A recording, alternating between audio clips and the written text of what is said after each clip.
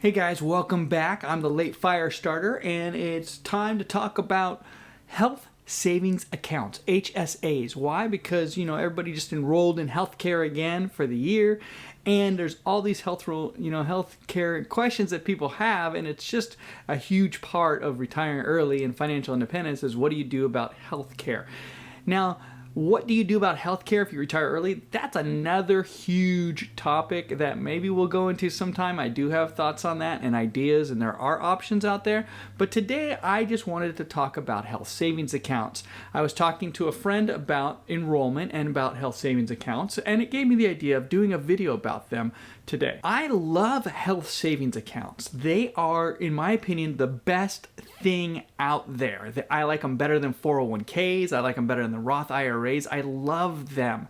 And here are the reasons why I think HSAs, health savings accounts, are the best thing out there. Now, before I give you those reasons real quick, I do want to share there is a huge difference between an HSA and an FSA. A FSA is a flexible spending account. There are other ones called a HRSA, health reimbursement savings account. Everything is different. They all have different rules. The one that I like, the one that I think is the best by far is the HSA, just those three letters. The other accounts generally expire. They have huge limitations and they expire and they are just a cash account. What I mean by that is with an FSA, you set aside pre-tax money, and what I mean by pre-tax is like a 401k. It comes out of your paycheck before you get taxed.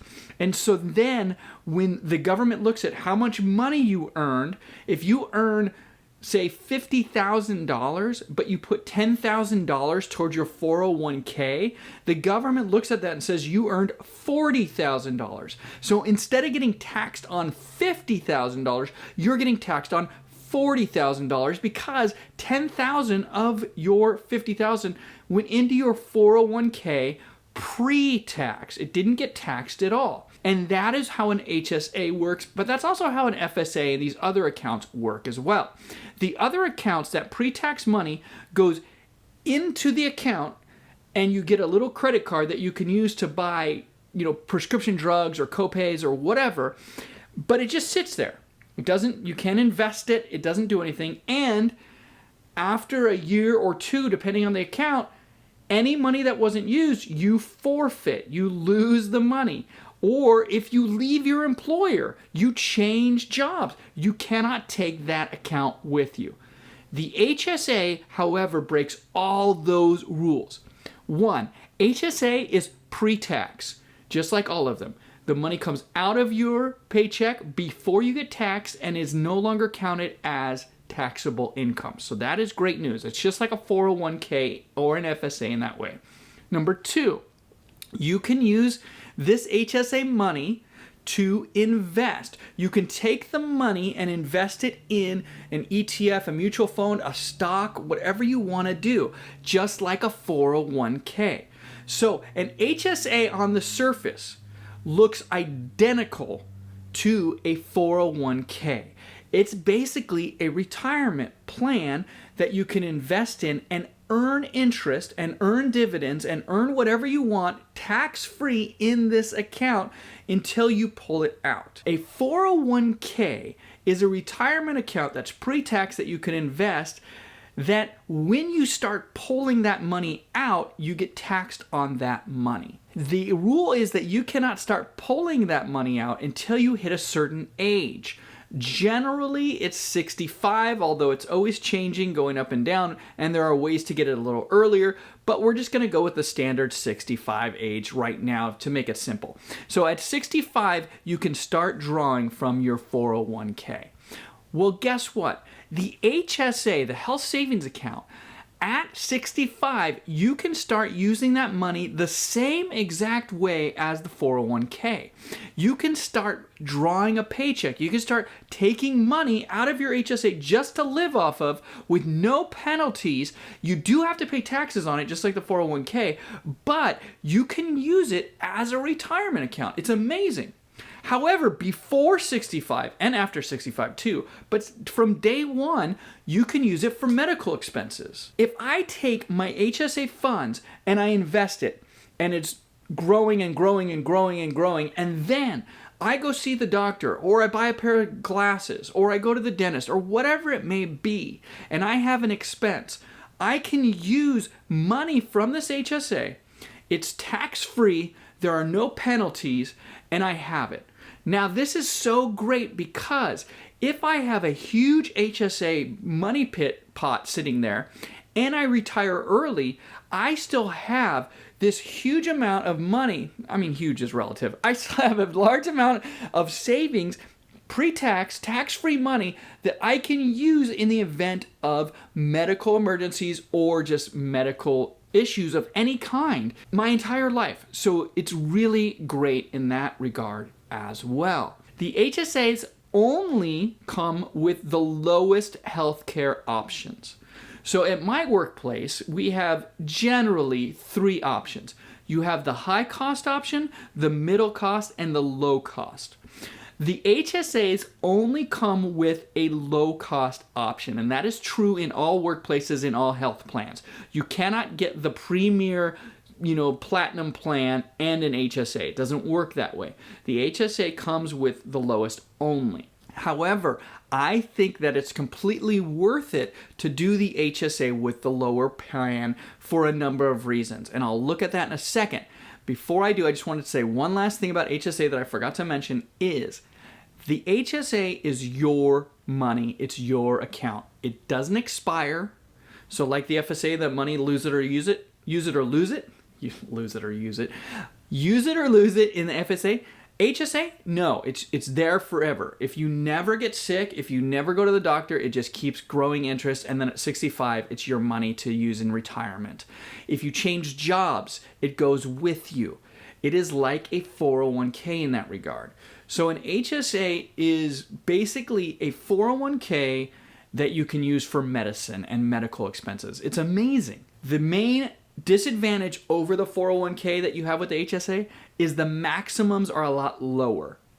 So the maximum amount for an HSA last year, 2020, was $3,500 for an individual. As far as families, I think it's double, $7,000. I don't know. Haven't found her yet. I'm still just an individual lonely guy. But anyways, so that's $3,500. This year, 2021, the maximum is $3,600. I don't max out my 401k, I don't max out my Roth, but I max out my HSA. This is the one thing I max out. So I was talking to my friend about these plans because she had an FSA, and I was like, FSA suck, don't get an FSA. Get an HSA, go to the lowest one and get an HSA. Even if you just put in the difference in your premium into the HSA, I think it would be worth it. Here's what I'm talking about. I'm going to use my company's 3 plans just as an example. I'm not going to get into the weeds here. I'm just going to give you the overviews. Okay, so remember I said there's the high cost plan, there's the standard medium plan, and there's the low core plan, which is what you can get the HSA with. So let's start with the high plan. The high plan is $218.93 a month.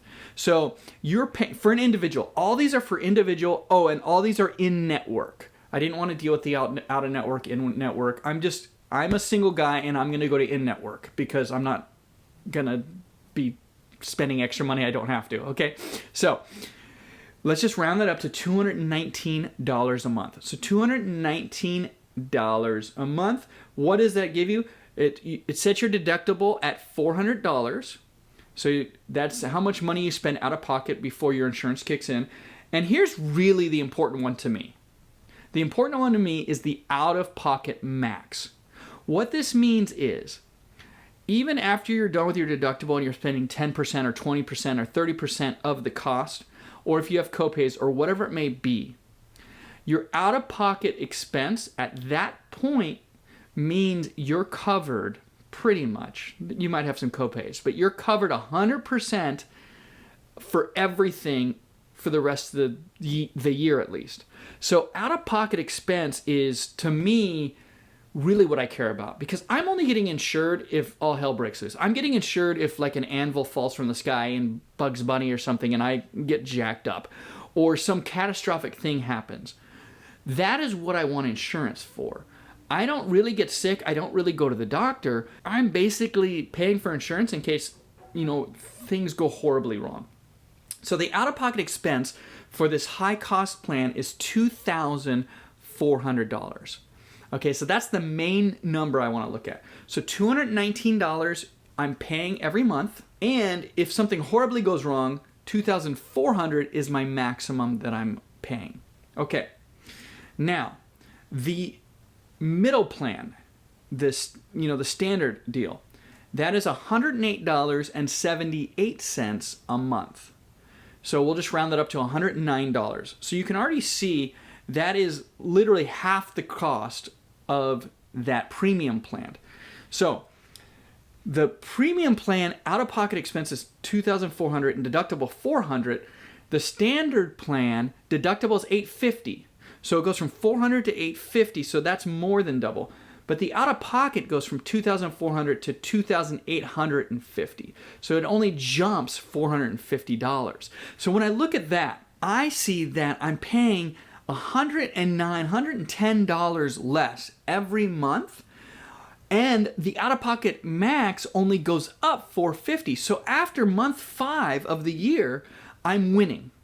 Does that make sense? I'm winning because now I'm saving $110 every month, and after month 5 I've saved $550, but my out-of-pocket max is only $450 more, right? So if that super high plan out-of-pocket max is $2,400 and now it's $2,850, but I'm saving 110 months, that medium plan to me is already better. Why someone would have this platinum premium plan is because they already have a pre-existing condition. They already have huge medical expenses from day one, and they're probably going to max out in the first month or two anyway. That's just not me, thank God, and hopefully it won't be me ever, but who knows? That may change over time. $219 for the premium plan, $2,400 out-of-pocket max. $109 for the medium plan, $2,850 out-of-pocket max. Now the cheapest one that you can use an HSA with. The cheap plan is $67.69 a month, so $68. So a little more than half of the medium plan. So $68, the deductible jumps up to $1,500, and the out-of-pocket max jumps up to $4,000. So if I am comparing the low plan to the medium plan, $68 versus $109, I am saving $41 a month. $41 a month over 12 months is only $480 plus, what was that? So that'd be $410 plus 82, so $492. So over a year, I am saving a little less than $500. I'm saving $492. But my out-of-pocket max is more than $1,000 extra. So I'm losing if something really bad happens. But if I do that over 2 years, now I'm at $800 or almost $1,000. And if nothing horrible happens over 3 years, now all of a sudden I have the difference between the out-of-pocket maxes in my HSA. So even if you just put the difference between the two plans and nothing horrible happens for 3 years, now that out-of-pocket max money is sitting in an HSA available for you to use. Whereas the other ways, what happens is that money goes to the insurance companies. Whereas if you spend less on insurance and more on the HSA, that money stays with you. That's why I love an HSA. Now, I'm maxing out my HSA. So I'm paying $291.66 every month into my HSA on top of the $67.69. Now, I've been doing this for 2 years. I think I've had the HSA for 2 years, and with the interest that I've accrued in my HSA and just the monthly fees, I over 2 years have over $9,000 in there. Now, if you can see, the out-of-pocket max is $4,000. So I already have over 2 years of out-of-pocket max at the core, at the cheapest plan. So I'm winning. And that money, if I continue to not use it and continue to gain interest, it will be part of my retirement plan in the end. So that's how HSAs are amazing. When you look at it, even if you really change, here's another way to look at it. The $219 for the premium plan versus $68, right?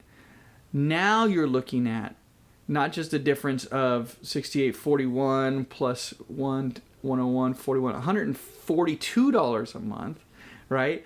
And so now you're looking at almost $1,600 a year. And the difference between $2,400 out-of-pocket max and $4,000 out-of-pocket max is exactly $1,600.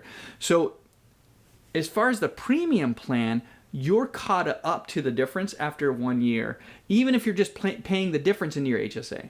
However, don't just pay the difference, max that baby out. I would say the first thing you want to do is make sure you're doing the maximum matching for the 401k. That's the first thing. If you're going to invest anything at work, set aside any of your paycheck. If your company matches 5%, make sure you're giving 5% at 401k. If your company's matching 2%, give 2%. Okay? That is the thing. Now, at your 401k, let's say it's 3%. Your company matches 3%. Give 3% of your income to your 401k. Then the next thing I would do is I would max out my HSA. And then if you still had money to give, then I would continue to increase my 401k at that point.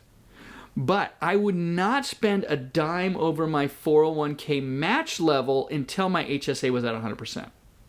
Because HSA is going to do the same thing for you as the 401k, except for it gives you the flexibility to use it in the event of a medical expense. So that is my PSA today about my HSA love of HSAs. I am the late fire starter. The FIRE stands for Financial Independence, Retire Early. There's a whole community of fire people. Why am I a late fire starter? Because I started in my 40s, which is way behind the ball, but still doable. I'm on my journey using dividend income investing and real estate investing. So my plan is to use rental income and dividend passive income to live off of in retirement early. And how early, I don't know, but that is the plan. I do 2 videos every week, one on Wednesdays about dividend investing, one on Saturdays about real estate investing, and once in a while, like today, I throw in a general fire principle idea video. I hope you enjoyed this. If you did, I would love it if you hit that like button. If you want to follow along on my journey, hit the subscribe button. And I'm going to put a link down below of my other channel, which is not updated nearly as much, called The Cheap Guy, which is about how to save money. Thanks so much for watching. Be safe out there, and I really appreciate you sticking with me this long. I love comments, so if you have an HSA or have questions about HSA or health plans in general, I would love to answer those. Just put them down below, and I will get back to you. I answer every comment. It's not that hard. I get like 1 or 2, if I'm lucky. So anyways, thanks for watching. I'm the Late Fire Starter. Have a great day.